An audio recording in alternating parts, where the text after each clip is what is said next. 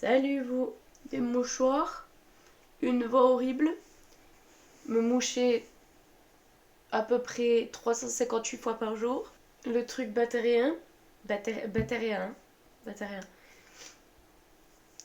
ne pas arriver à dormir, avoir mal au dos, être fatigué, ne pas avoir son plein potentiel ou sa pleine énergie, de temps en temps avoir mal à la tête, éternuer, tousser, faire Vous avez compris, j'ai le Covid.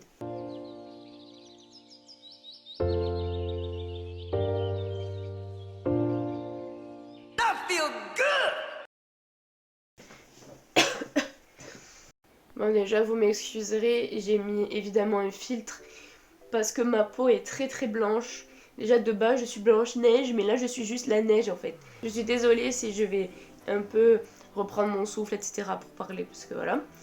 Je suis de la couleur de mon rideau.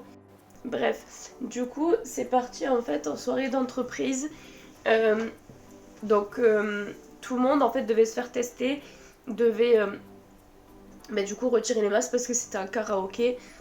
Jeudi, j'ai commencé à avoir des symptômes, à pas être très bien, enfin, juste à avoir le nez qui coulait et éternuer de temps en temps, quoi, c'est tout. J'avais même pas mal à la tête, rien.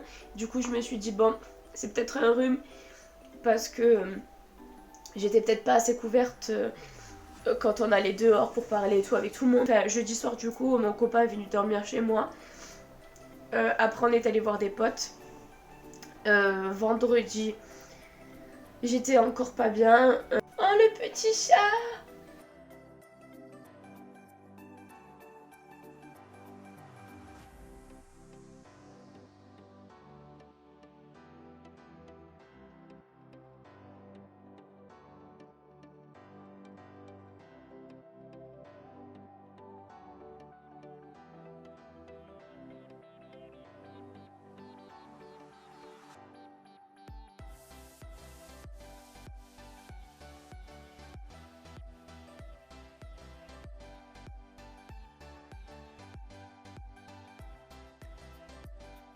Du coup, vu que mes parents sont infirmiers, je me suis fait tester.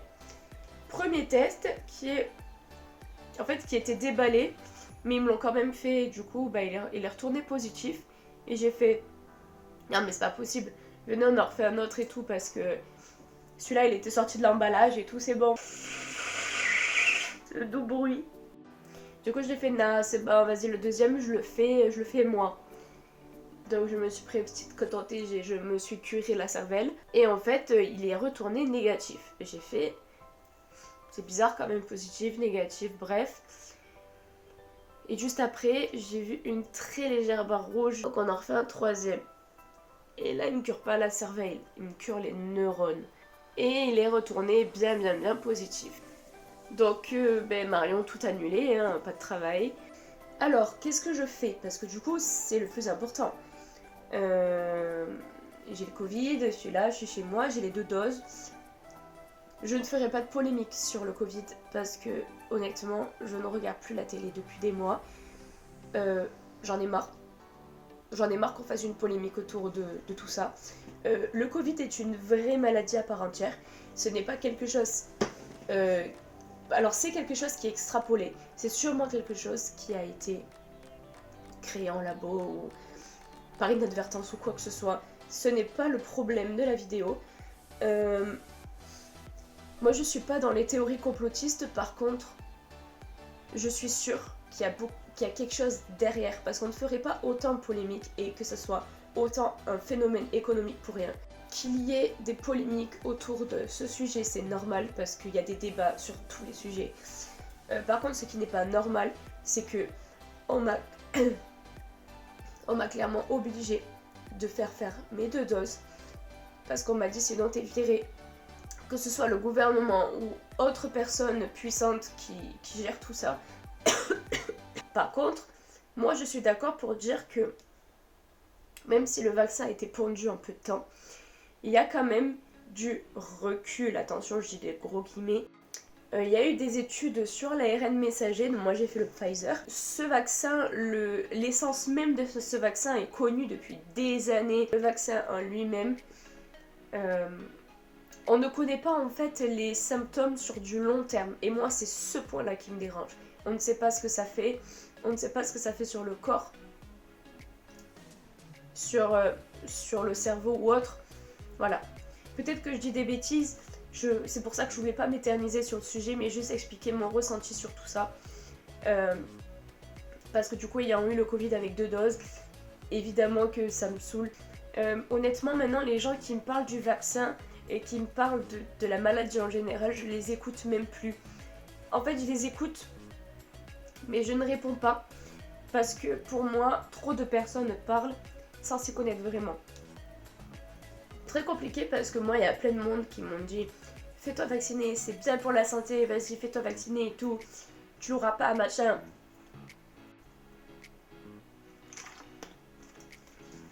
Recraquer. Bien en fait d'avoir ce genre de débat. C'est important. La liberté d'expression en ce moment, elle est un peu...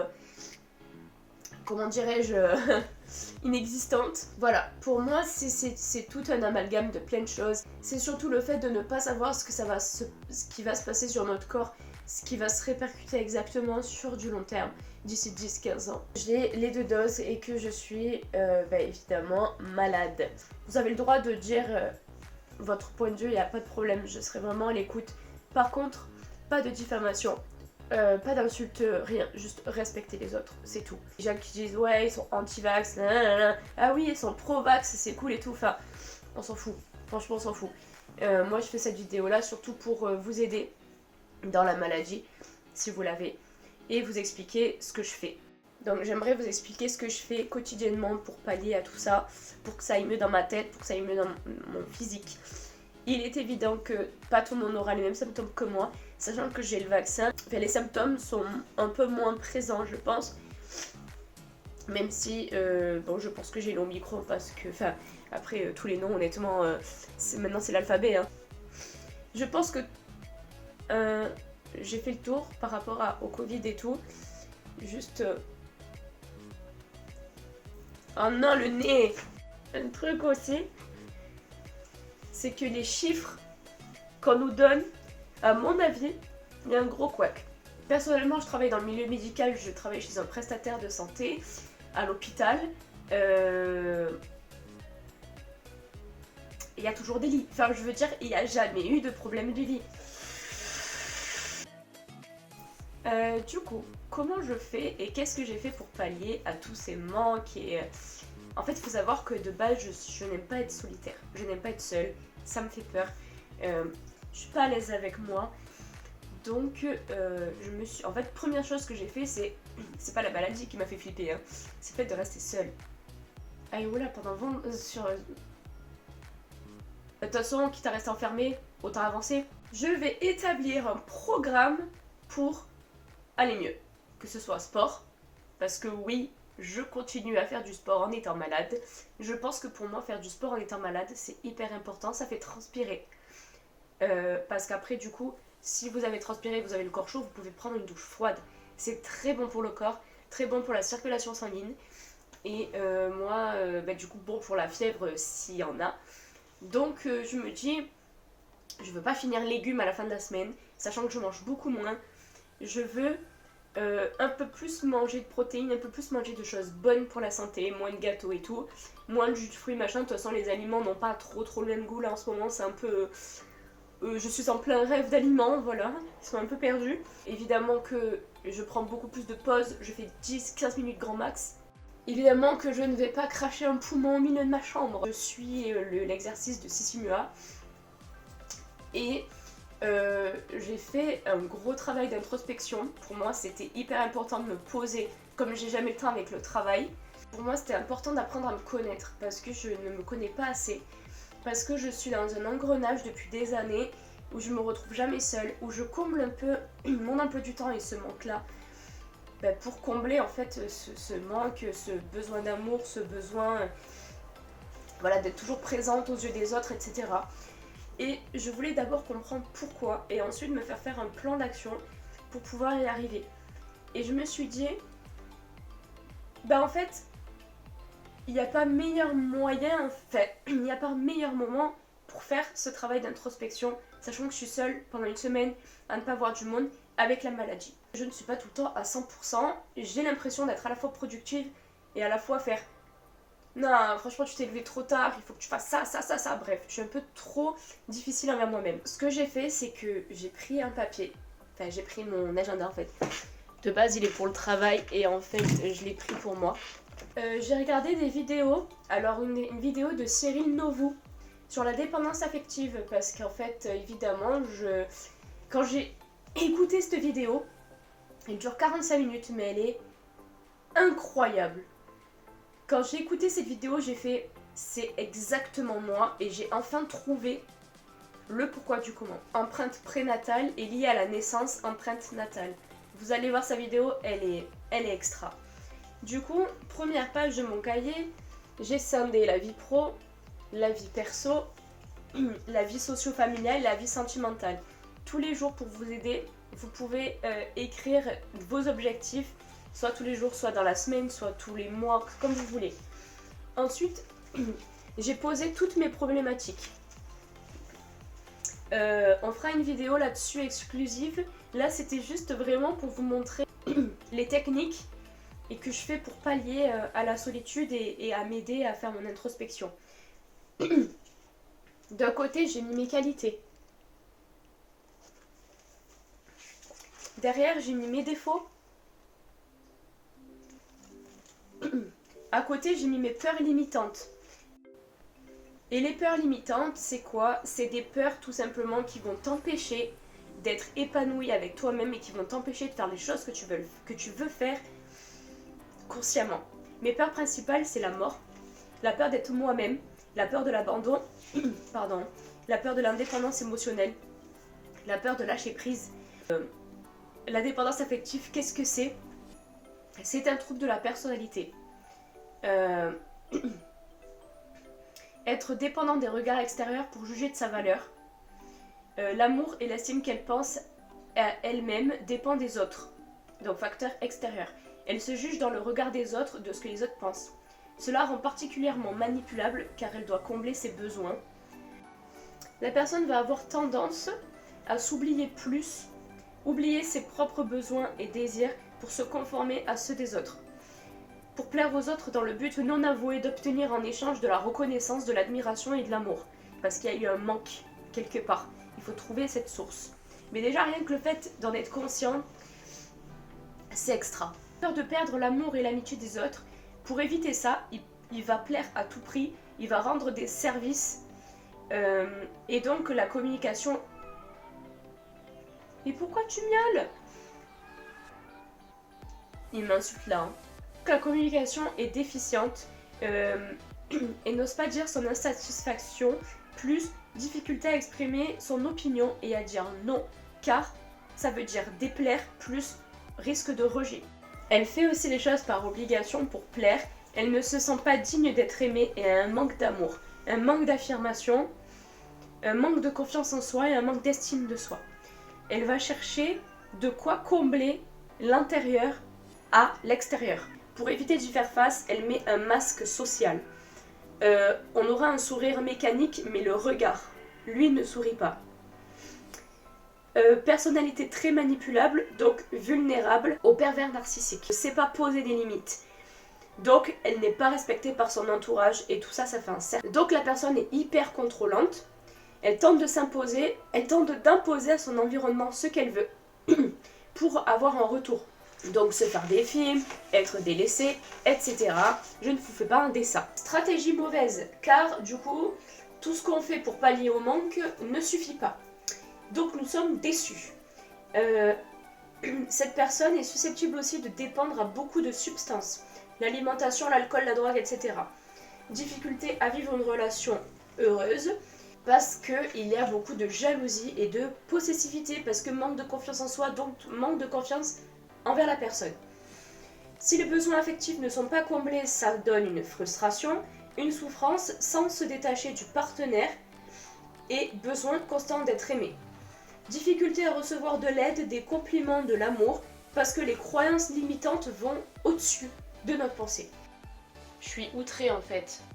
Je viens de capter que tous mes snaps, je les ai faits en mode portrait. Alors qu'il faut du paysage sur les montages. Ben oui. Bref. Cette personne aura tendance à attirer des partenaires à problème ou incapables de se prendre en charge. Besoin d'aide. Donc elle va s'oublier pour l'autre.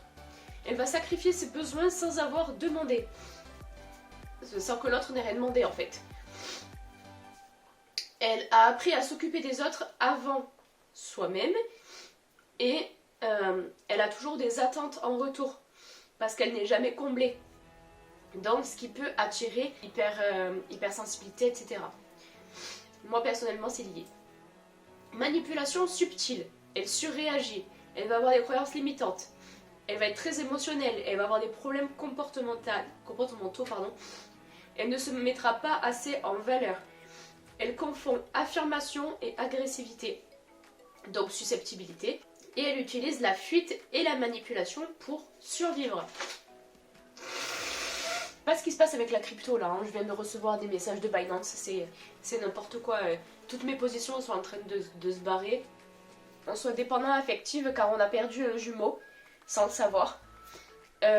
Si la grossesse était désirée, si le sexe de l'enfant était désiré, si l'enfant est né après un avortement, si les pensées de la mère pendant la grossesse c'était plus du stress, le fœtus va le capter et ça fait que ça va se répercuter sur l'enfant en fait dès la grossesse. Et moi ça, je savais pas. Je pensais que la dépendance affective arrivait avec le temps à cause des relations ou autre.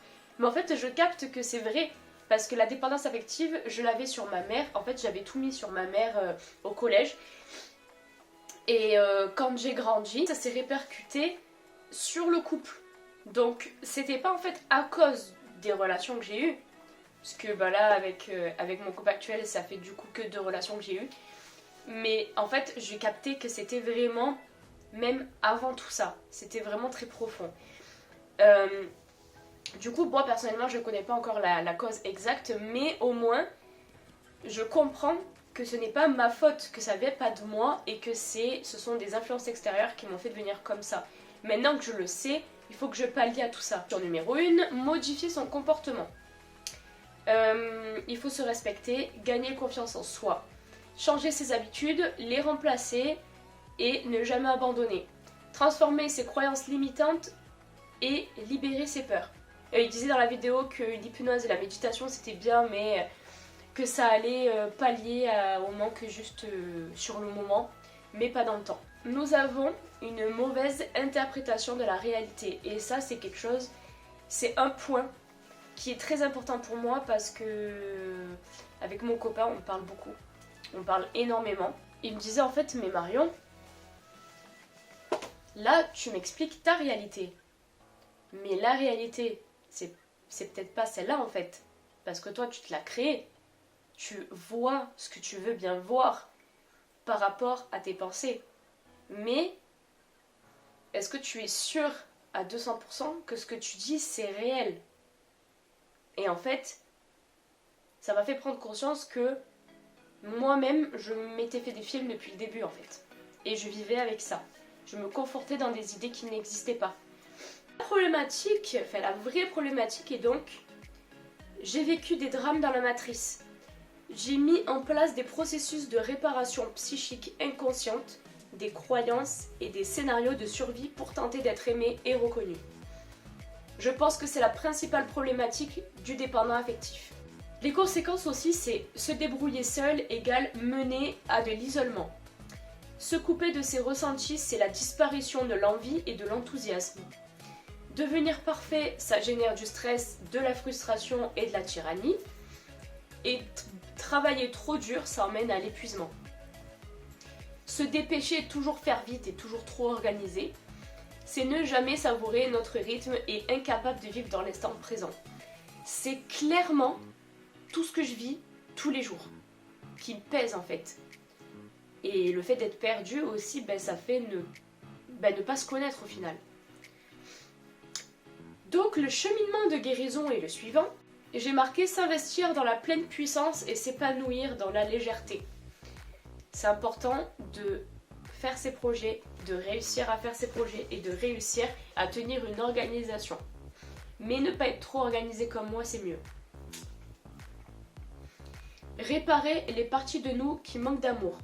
Alors, dans ce que je vais vous lire, il y a de moi, il y a de la vidéo, il y a un peu de tout, il y a de mon vécu, donc ne prenez pas tout au pied de la lettre. Réparer les parties de nous qui manquent d'amour. Apprendre à se respecter, à affirmer et se traiter avec bienveillance. Prendre des risques, risquer le lâcher prise et risquer de lâcher le partenaire. Je pense que c'est le plus important parce que j'ai tendance à être trop sur mon partenaire quand je suis en couple, à le priver de ses libertés. C'est une sorte de manipulation en fait pour combler le manque d'amour et pallier à tout ça. Il faut faire très attention à ça parce que du coup, plus on l'enferme et moins il va être attentionné, affectueux. En fait, tout ce qu'on veut, ça partira beaucoup plus vite en ne lâchant pas prise. Je veux être fière de qui je suis et je sais ce que je vaux. C'est très important de mettre en avant ses qualités, ses atouts avant tout. C'est ok de se tromper, ok de rester seul, c'est ok de reflancher de temps en temps. C'est mieux de se tromper pour mieux avancer, ou reculer pour mieux sauter comme vous voulez. Ne pas avoir d'attente, être indulgente envers moi-même car le processus prend du temps. Se recentrer toujours sur l'essentiel. C'est mon post-it qui est juste là. Quand ça ne va pas, il faut toujours se recentrer sur l'essentiel. Confiance en soi. C'est s'habiller comme je veux, ne pas avoir honte, me montrer, avoir une démarche positive. Bien montrer que tu es là quoi, tu t'imposes. Lorsque je fais face à une peur, j'en prends conscience. C'est la réalité donc j'en fais une force et je me fixe un objectif juste à ce moment-là pour pallier en fait à cette peur. Ne pas attendre que l'autre fasse des efforts, mais en fait juste ne pas attendre tout court, ne pas être dans l'attente avec personne. Si tu fais des choses pour attendre en retour, c'est à sens unique et ça ne marchera pas. Il faut le faire par amour, parce que tu en as envie, pas pour recevoir quelque chose. Oser prendre la parole, moins s'écraser, s'expliquer tranquillement et clairement. Être plus désirable, c'est ne pas quémander d'affection, ne pas demander d'amour, parce que tu dois te suffire à toi-même. Ne jamais aller trop vite, ne plus avoir d'attente idéaliste, contrôler ses émotions, ne pas avoir peur de perdre la personne, pas d'excès, laisser respirer, c'est ok de ne rien recevoir comme message une journée, c'est ok de ne pas s'appeler tous les jours, c'est ok de vouloir rester seul de temps en temps, et c'est ok qu'ils fassent des soirées avec nos potes. En fait, tout est une balance. Il faut que la personne donne, apporte un minimum pour que toi, tu apportes en retour. Ensuite, j'ai fait une petite page d'épanouissement, donc ce que je veux être dans 5 ans. J'ai fait une page ce que j'accepte en couple et au dos, tout là, ce que je n'accepte plus en couple. J'ai noté ici les bons côtés de mon enfance, c'est ce qui m'a fait devenir moi, et les mauvais côtés de mon enfance. Et je pense que tout ça, c'est hyper important que vous le fassiez pour vous aider. Pour l'instant, c'est tout ce que j'ai fait, mais bon, ça, je l'ai fait en 2 jours en fait. Je l'ai fait en 2 jours depuis que j'ai le Covid. Je pense que c'est ultra... Je pense que c'est ultra important pour que vous appreniez à vous connaître en fait. En fait, je compte faire un très très grand schéma, une très grande feuille avec moi au centre et tout ce que je suis vraiment, les activités, mes émotions, ce que j'ai vécu, pourquoi j'ai vécu ça, ce qui m'a fait devenir comme ça, pourquoi à tel moment je réagis de telle manière et pourquoi. Bref, je veux faire un énorme tableau de moi. Enfin, un schéma de moi. Voilà, du coup je vais vous montrer un peu ce que je fais quotidiennement. C'est pas très très fou, mais ça fait passer le temps et ça apprend beaucoup de choses, ça apporte beaucoup de connaissances. C'est très enrichissant. Il faut que la maladie et tout le reste soient une force.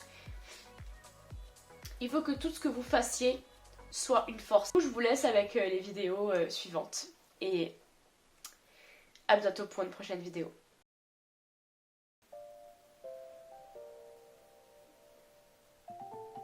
Évidemment, en premier lieu, on allume le PC. Ça, c'est mes prises de notes. La bouteille d'eau pour pas mourir.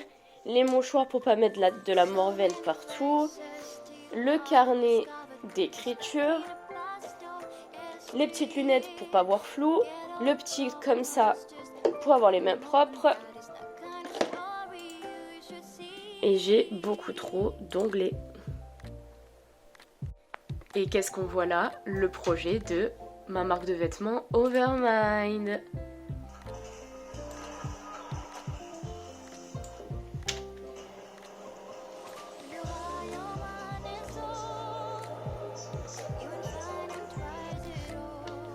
Alors,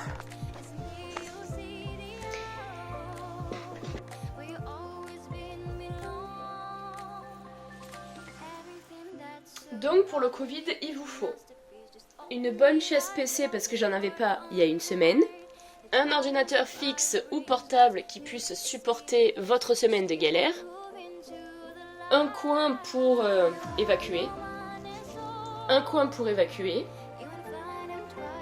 bon lit pour dormir comme une grosse merde, une botte de mouchoirs et du Doliprane, un bon pyjama des familles qui va vous tenir une semaine, une belle télé qui va supporter vos humeurs, un frigo à moitié rempli. Juste ton cerveau et ta volonté, ça serait bien. Il faut savoir quand même que je me chauffe à faire à manger. Hein. Mais c'est trop bien pour les œufs. Tu les mets au micro-ondes et hop, ils sont prêts. Mon blanc de poulet, c'est toute ma vie, surtout en faisant du sport. C'est hyper important. Ça, je fais pas de placement de produit, mais la pomme châtaigne, elle est bancale. Donc je suis obligée de tourner le pot. La pauvre.